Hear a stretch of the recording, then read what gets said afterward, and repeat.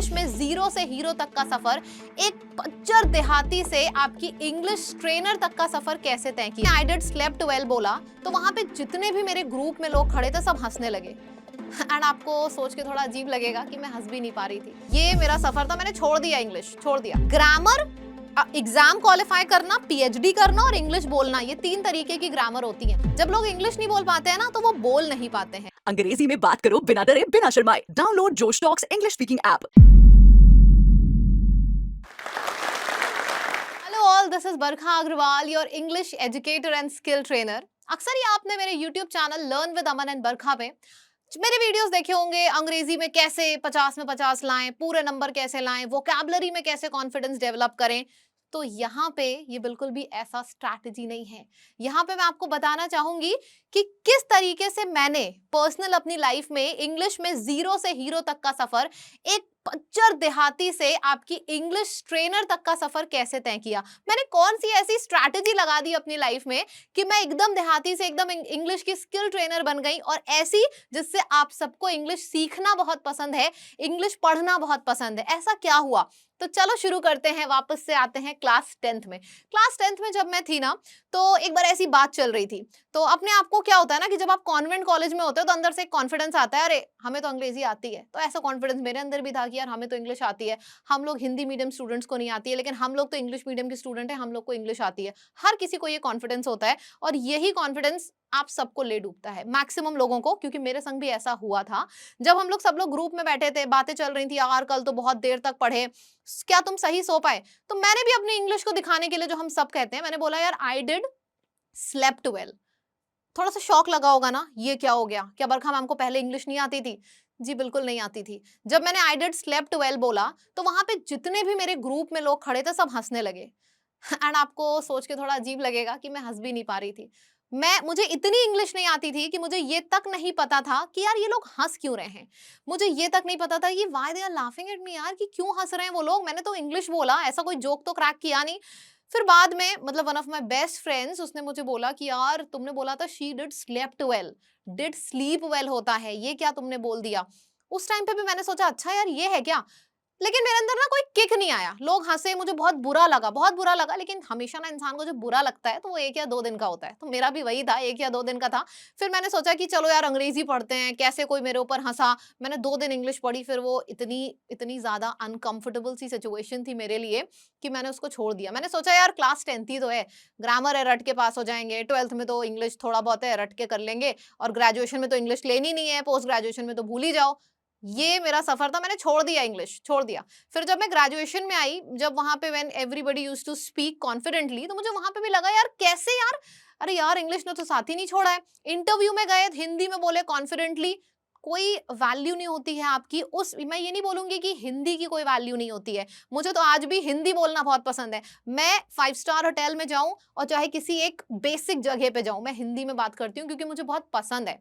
पर आपकी वैल्यू तब तक होती है जब आपको आता सब होता है और आप अपनी चॉइस की लैंग्वेज में बात करते हो। तो हमेशा हिंदी बोलो, लेकिन जब इंग्लिश बोलने पे आए ना तो आप पीछे ना हटो। वो कॉन्फिडेंस आपको कब आएगा? जब आपको वो चीज आती है। और ये चीज मैंने ग्रेजुएशन में सीखी। मैं बहुत अच्छा बोल लेती थी हमेशा से, मैं बहुत अच्छा बोल लेती थी हमेशा से, लेकिन फिर भी नहीं बोल पाती थी, कंपटीशन में नहीं जा पाती थी, क्योंकि यार बड़ी मिक्स पर्सनालिटी थी मेरी। जब लोग इंग्लिश नहीं बोल पाते हैं ना तो वो बोल नहीं पाते हैं। और मैं इतना अच्छा बोलती थी कि I used to get selected everywhere, लेकिन यार इंग्लिश नहीं बोल पाती थी, इस वजह से अंदर से कॉन्फिडेंस नहीं था। और मैं कई बार मना भी कर देती थी कि यार शायद वो जो 10th वाला इंसिडेंट है ना, जिससे मुझे मिस देहाती बुलाया जाता था, तो कहीं यार वो यहाँ पे ना आ जाए, अच्छी खासी इमेज है, इमेज बनी रहे। हमेशा मैं ये सोचती थी।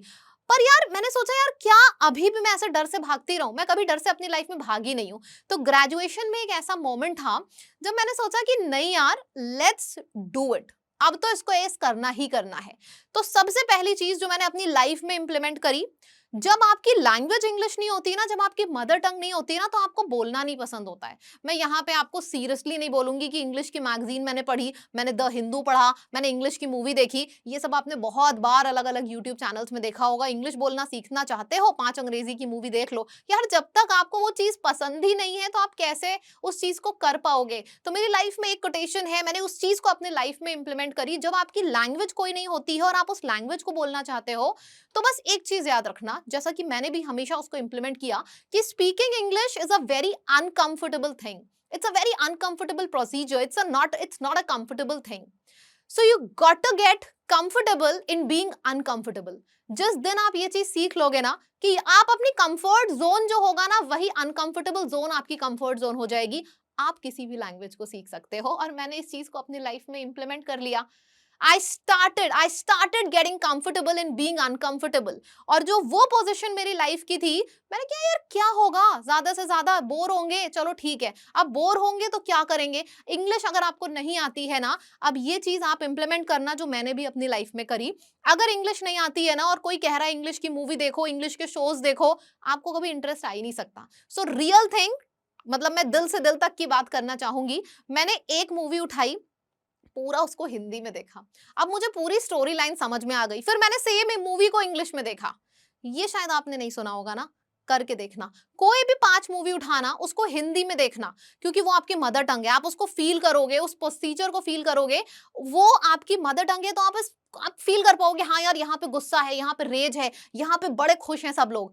लेकिन आपको पता है, जब आप उसको इंग्लिश में देखोगे ना, तो वो पिक्चर आपके दिमाग में पहले से ही आ गई होगी. तो जब आप इंग्लिश में देखोगे ना, आपको एक एक चीज समझ में आएगी, एक एक चीज आपके दिमाग में क्लियर होने लगेगी. आपको लगने लगेगा यार इतनी भी कठिन नहीं है जितना हम सोचते हैं इसको. और जब आपका ये प्रोसेस पूरा खत्म हो जाएगा, दूसरी चीज जो मैंने करी, आप भी करना, आपको 100% बेनिफिट होगा. दूसरी चीज यार, कि बोलना, मुझे तो बोलना आता है और मुझे बहुत अच्छा लगता है. बस फर्क ये था, इंग्लिश में इतना अच्छा बोलना नहीं आता था. तो इंग्लिश बोलने का प्रोसेस ऐसा नहीं है कि मैं आपसे कह दूं कि आप 1 महीने में सीख लोगे, 2 महीने में सीख लोगे. आप इंग्लिश बोलने का प्रोसेस सिर्फ तब सीख पाओगे जब आपकी अंदर की चाह होगी और आपको लगेगा कुछ नहीं यार, मेरे दिन के 15 मिनट मुझे देने ही देने. जिस दिन आपने इसको टास्क हटा लिया ना, उस दिन आप सीख लोगे. 3 महीना नहीं, आप 2 ही महीने में सीख लोगे. लेकिन इसको एक टास्क की नजर से मत देखो, आप इंग्लिश सीख लोगे. आप जिस दिन इसको टास्क की नजर से देखना बंद कर दोगे, क्यों नहीं आती है ना, क्योंकि वो काम होता है, और काम करना तो किसी को नहीं पसंद होता है ना. अगर मैं आपसे यहाँ पे एक दूसरी चीज बहुत ही अच्छी इंटरेस्टिंग एक एग्जांपल के संग शेयर करना चाहूंगी. अगर आपको खाना बनाना नहीं आता है और मैं आपके यहाँ आई और मैंने बोला मुझे 5 कोर्स मील चाहिए, तो आप मेरे लिए नहीं बनाओगे, और वो आपके अंदर डर पैदा कर देगा कि यार मैं तो अपनी नजरों में ही गिर गया, क्योंकि मुझे तो आता ही नहीं है. पर उसी जगह पे अगर आपको खाना बनाना नहीं आता और मैं आपसे बोलूं यार मैगी बना देना, पानी गर्म कर देना, आपको लगेगा यार इतना भी कठिन नहीं है यार खाना बनाना. सेम इसी चीज को मैंने अपने दूसरे स्टेप में इंप्लीमेंट किया, कि मुझे नहीं आती थी ना वो चीज, तो मैंने द हिंदू और इकोनॉमिक टाइम्स उठाया ही नहीं. मैंने इतनी इंटरेस्टिंग कॉमिक्स उठाई जो पढ़ के ही मजा आता है. ऐसे ऐसे राइटर की बुक्स उठाओ जो एकदम आपको लगेगा कि आप हिंदी पढ़ रहे हो. आपको जब वो चीज में इंटरेस्ट आएगा, तभी तो आप हायर चीजों की तरफ मूव करोगे. तो वो चीज जो मुझे एक एक पैराग्राफ की मुझे दिखती थी, फॉन्ट साइज हमेशा बड़ा रखना, छोटे से ना इंटरेस्ट चला जाता है.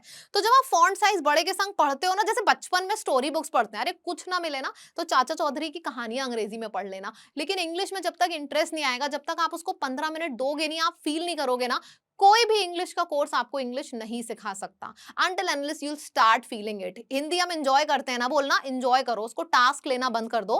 बस 15 मिनट ही की तो बात है, 15 मिनट तो हम लोग इंस्टाग्राम स्क्रॉल कर लेते हैं यार, वो करो, कुछ भी करो. और ऐसा नहीं है कि आपको अगर किसी चीज में इंटरेस्ट नहीं है तो इंटरेस्ट डेवलप नहीं कराया जा सकता है. बिल्कुल आ सकता है. जब आप उसी चीज को डेली समय दोगे ना, तो इंटरेस्ट आ जाएगा. मेरा भी आया यार. मैं ऐसी नहीं थी कि मेरी इंग्लिश बहुत अच्छी थी और मैंने उसको ग्रूम किया है. नहीं, मेरी इंग्लिश 0 थी और मैं इसको यहाँ पे लेके आई हूँ कि मैं आपको सिखा पा रही हूँ कि इंग्लिश बोलना कैसे सीखते हैं.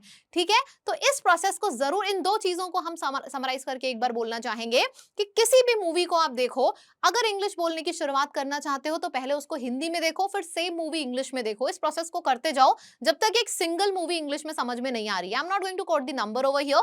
5, 10, 15, 20, 50 जितनी भी मूवी देखना चाहो देखो, लेकिन जब तक एक सिंगल मूवी इंग्लिश की ना समझ में आने लगे बिना हिंदी का पार्ट देखे, तब तक उसको आप देखते रहो. अगर आपको कोई चीज 20 साल में समझ में नहीं आई है, तो जाहिर सी बात है वो 2-3 महीने में नहीं आएगी, समय लगेगा, लेकिन आएगी, इसकी गारंटी मैं आपको देती हूं, क्योंकि मुझे भी आई. मैंने ये चीज रियलाइज करी थी ग्रेजुएशन लास्ट ईयर में, और उसी के 2 साल के बाद मैंने अपने आप को इतना ग्रूम किया कि I am here in front of you guys. I your English educator, your English skill trainer. Vocab कैसे याद कराई जाती है, ये सारे लेक्चर्स आप मेरे यूट्यूब पे देखोगे, लर्न विद अमन एंड बरखा, आपको बहुत ईजिली मिल जाएंगे. यहाँ पे मैं आपको आपके अंदर का डर गायब करने के लिए आई थी, आपको ये बताने के लिए आई थी कि अगर आप बोलना चाहते हो तो किस तरीके से आप सीख सकते हो. ठीक है। बाकी लेक्चर्स वगैरह तो आप मेरे देखते ही रहते हो, वोकैब तो मैं आपको याद करा ही चुकी हूँ, तो वोकैब वाले पोर्शन से तो मेरी जिम्मेदारी, मैं अपनी जिम्मेदारी लेके चलती हूँ, तो वो तो आपको वैसे भी याद हो जाएगा। और रही बात ये वाली चीज, तो इसको आप जैसे ही लाइफ में इंप्लीमेंट करना शुरू करोगे आपको याद हो जाएगी। और ये जो डू डज डिड वाली चीज है ना, इससे कंफ्यूज मत होना। जब आप पढ़ना शुरू करोगे ना, तो आपका सबसे बड़ा फियर फैक्टर आएगा ग्रामर। ग्रामर, एग्जाम क्वालिफाई करना, पीएचडी करना और इंग्लिश बोलना, ये 3 तरीके की ग्रामर होती है।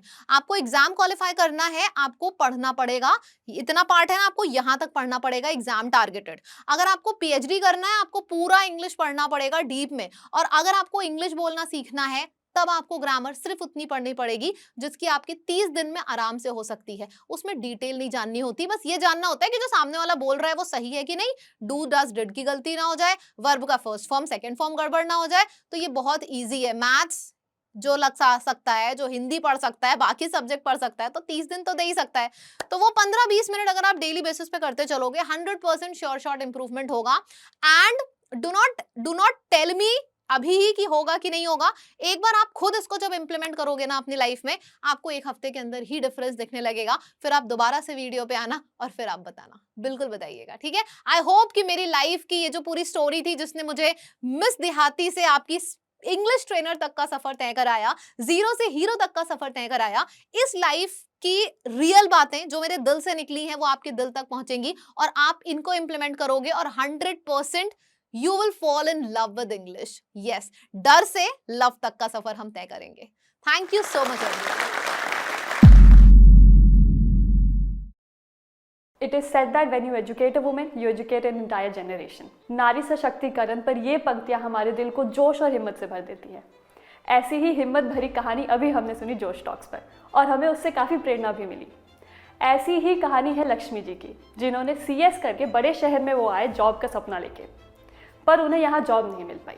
पर उन्होंने हिम्मत नहीं हारी, जोश के साथ उन्होंने कम्युनिकेशन स्किल्स पर काम किया और आज एक बड़ी कंपनी में वो काम कर रही हैं। लक्ष्मी जी की ही तरह कई स्टूडेंट्स जैसे कि वैशाली जी, नीला, प्रणाली, आरती और उषा जी ने मिलके जोश स्किल्स के साथ विभिन्न स्किल्स जैसे कि spoken English, communication skills, personality development, finance, business building सीखकर आज अपनी अलग पहचान बनाई है। आज ही अपने जैसे लाखों स्टूडेंट के साथ भारत के number 1 spoken English learning app जोश स्किल्स ऐप के साथ अपनी इंग्लिश लर्निंग जर्नी शुरू करें।